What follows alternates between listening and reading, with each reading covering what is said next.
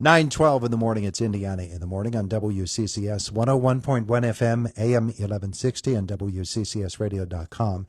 And in the studio with me this morning, Jonathan Bogert from the Historical and Genealogical Society of Indiana County. And Jonathan is going to help us to introduce Sara Bloom, who has a little bit of history here in Indiana County and is going to tell us more. And, well, Jonathan, there's a big event coming up to celebrate. Yeah, that's right. We just finished up our Vietnam Veterans Appreciation Program, which we talked about last time, but things are busy at the Historical Society, finding different ways to preserve and remember the past. And the next event coming up is an author talk with Sara Lambert Bloom, who's with us today. And she wrote a wonderful book. She poured her heart and soul into Iselin, which talks about the town that she grew up in, and it's very near and dear to her. And that's taking place actually this Thursday. It's free. It's at the Historical Society at 6:30 p.m. And anyone who wants to join us is welcome. There are going to be a couple of other guests, but Sara has all of the information on the town, and we're very excited to hear from her. Wonderful. Our conversation this morning is brought to you by Marcus & Mack, voted best personal injury law firm in the Best of Indiana County contest. Marcus & Mack, a law firm representing injured people. Well, Sara, he gave you a big build-up there.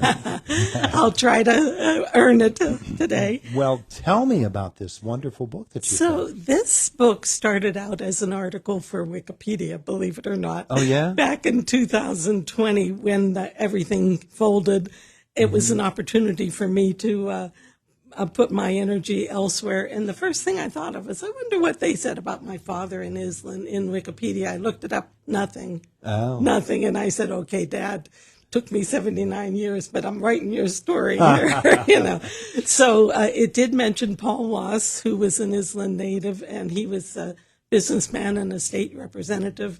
He was instrumental in getting the money to retrofit the old company store into the fire hall. So we have to give a shout out to Paul. Yeah. But Iselin was founded in 1903 by the Rochester and Pittsburgh Coal Company.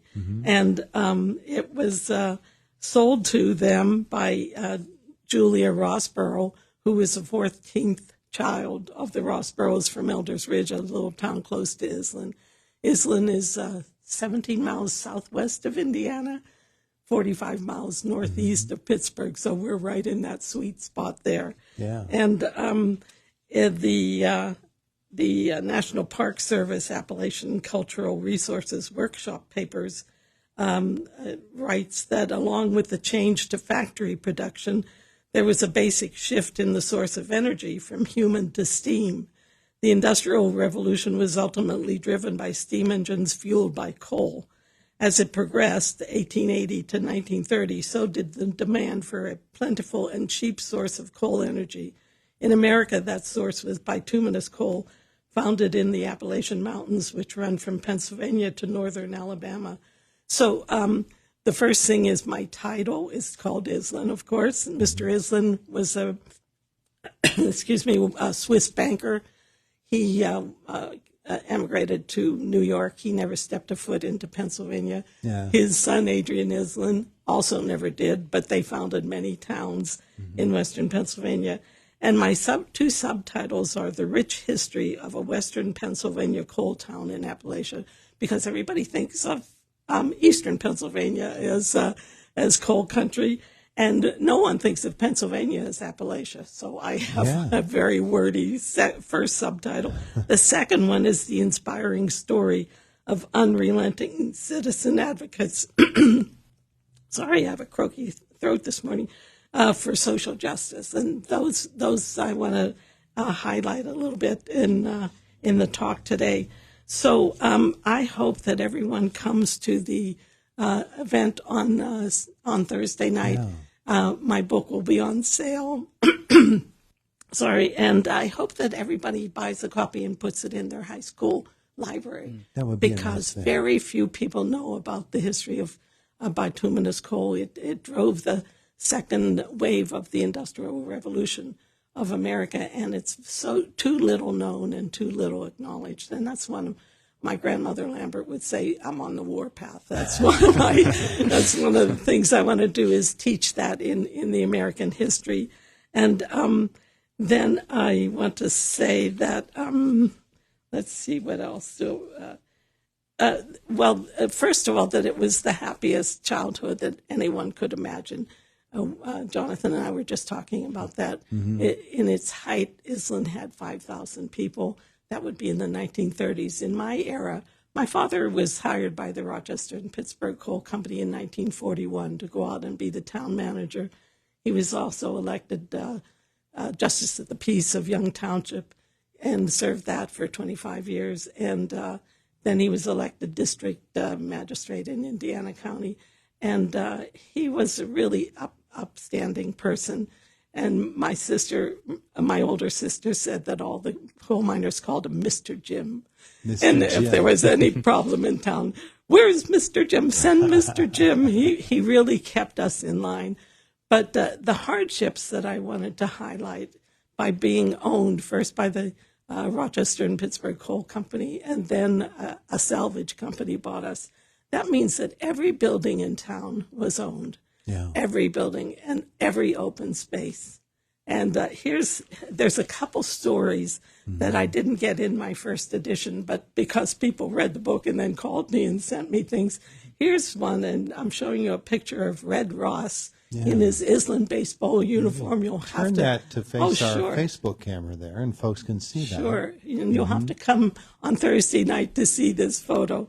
And this is a heartfelt story that I learned only after the first edition that I put out, and that is that Red Ross was a side slinger pitcher and just a champion in Indiana County.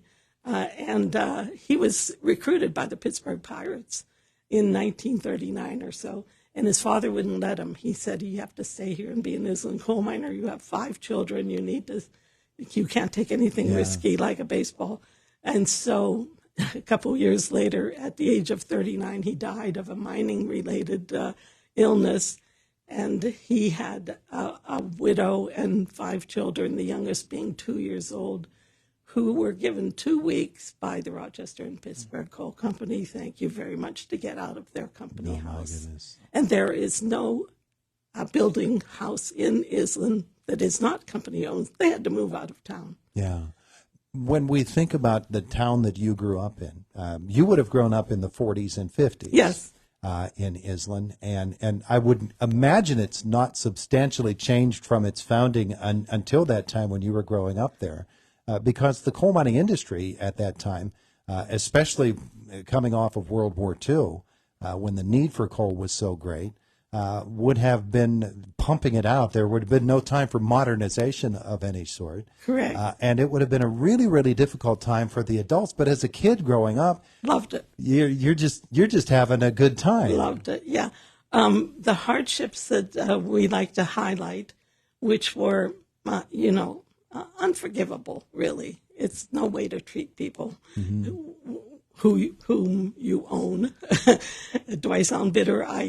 The older I get, the more bitter I get at the treatment, the hardships that we had to live through, is that every summer our water ran dry. And so we hauled water there were 3 wells in town, no carts, no containers provided. And we were just struggling all summer without running water. Well, one of the things that you said when you introduced the book was about the social change and about really, I guess activism would be a word that would fit appropriately to describe what went on. That's right. To really turn the town around. That's right. And Michael Duffalo, the executive director of the Indiana County Municipal Authorities Authority, will speak to that on Thursday night. And he and all of the unpaid citizen advocates for social justice brought new water to town. They bought our water from the salvage company in 1973, but it took them till 1981 to get us a new water tower. So all of my childhood and adult life, I lived without running water in Iselin. Then they, Stan Samusky was a really big contributor to this book and to my research for the book.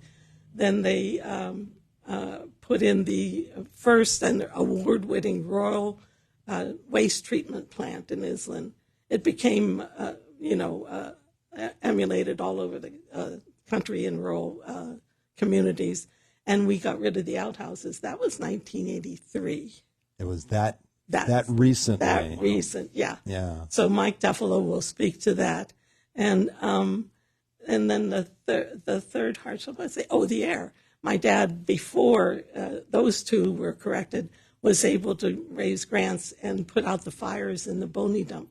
Mm-hmm. Until then, we were just covered with haze and particulate soot. Yeah. My mother had to scrub the inside walls of our house every spring. Everybody did from that, and we just suffered from that. There's no reason we had water, sewage, and air pollution until the 80s. There's no reason for that, but that was our story.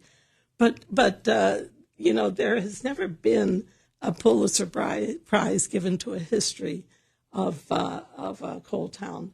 And I'm out to change that. My book has been submitted, but when I talk, I always give out information on how to submit a book, because if we don't, since 1917, no Pulitzer Prize in history to anything about the coal community.